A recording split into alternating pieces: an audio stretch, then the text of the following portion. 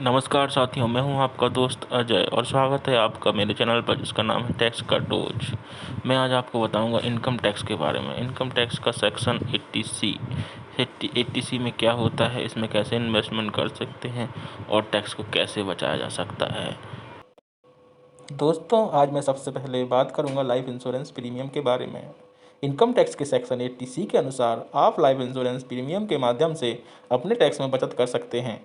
Section 80C में maximum बचत की लिमिट 1,50,000 रुपये है, जिससे आप सेक्शन 80C के किसी भी हेड में 1,50,000 रुपये का इन्वेस्टमेंट कर सकते हैं और टैक्स में बचत का लाभ उठा सकते हैं।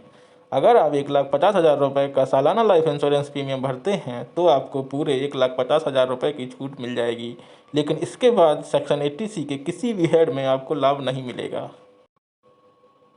दोस्तों, अब हम बात करेंगे पीपीएफ के बारे में। पीपीएफ का full form public provident fund होता है। प्रत्येक व्यक्ति पीपीएफ में पैसा इन्वेस्ट करके अपने टैक्स में बचत कर सकता है। इनकम टैक्स के सेक्शन 80C के अनुसार कोई भी व्यक्ति, चाहे वह बिजनेसमैन हो या सैलरीड पर्सन हो, वह पीपीएफ में पैसा इन्वेस्ट करके टैक्स की बचत कर सकता है। दोस्तों, अब मैं बात करूंगा ईपीएफ के बारे में। ईपीएफ का full form employ provident fund होता है। ईपीएफ में कोई भी व्यक्ति जो एम्प्लॉय हो, चाहे वो गवर्नमेंट एम्प्लॉय हो या फिर प्राइवेट एम्प्लॉय हो, वह व्यक्ति अपनी सैलरी में से कुछ हिस्सा एम्प्लॉय प्रोविडेंट फंड अकाउंट में जमा कर सकता है, जिससे उसके टैक्स में बचत हो सकती है और वह सेक्शन 80C का लाभ उठा सकता है। दोस्तों, अब मैं आपको बताऊंगा एनएससी के बारे में। एनएससी का full form national saving certificate होता है। एनएससी आप पोस्ट ऑफिस से ले सकते हैं। एनएससी कम से कम 5 साल के लिए ली जा सकती है। एनएससी में पैसे इन्वेस्ट करके आपको टैक्स में बचत होती है तथा इंटरेस्ट का भी लाभ प्राप्त होता है। तो आप इस प्रकार एनएससी के माध्यम से सेक्शन 80C में बचत कर सकते हैं। दोस्तों, अब मैं बात करूंगा फिक्स डिपॉजिट विद बैंक के बारे में। आप सेक्शन 80C के माध्यम से किसी भी बैंक में जाकर फिक्स डिपॉजिट करवा सकते हैं, जो कम से कम 5 वर्ष की होना चाहिए। अगर आप 5 वर्ष से कम की एफडी करवाते हैं तो आपको टैक्स में कोई भी लाभ प्राप्त नहीं होगा। कम से कम आपको 5 वर्ष की एफडी करवानी है, तभी आप टैक्स में लाभ प्राप्त कर सकते हैं। दोस्तों, अब मैं बात करूंगा सेक्शन 80C के एक और हेड के बारे में। यह हेड पिछले हेड के समान ही है।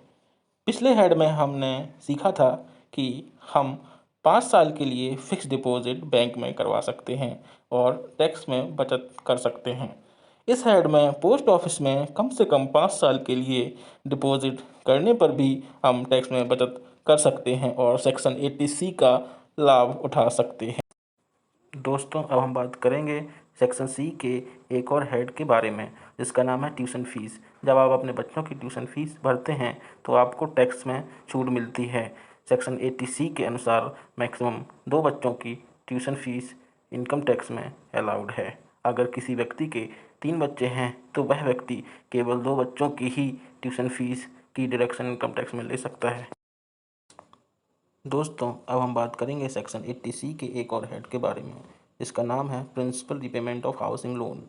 इसका अर्थ यह है कि यदि किसी व्यक्ति ने हाउसिंग लोन लिया है तथा वह हाउस लोन की इंस्टॉलमेंट मंथली पे कर रहा है, तो इनकम टैक्स के सेक्शन 80C के अनुसार व्यक्ति के द्वारा जो साल भर में प्रिंसिपल अमाउंट का रीपेमेंट किया जाता है, तो उस प्रिंसिपल अमाउंट पर टैक्स में छूट मिलती है, जिससे उस व्यक्ति की टैक्स में बचत हो सकती है।